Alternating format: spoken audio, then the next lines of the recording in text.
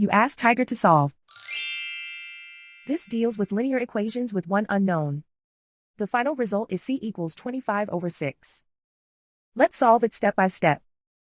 Group all constants on the right side of the equation. Subtract 10 from both sides. Group like terms. Simplify the arithmetic.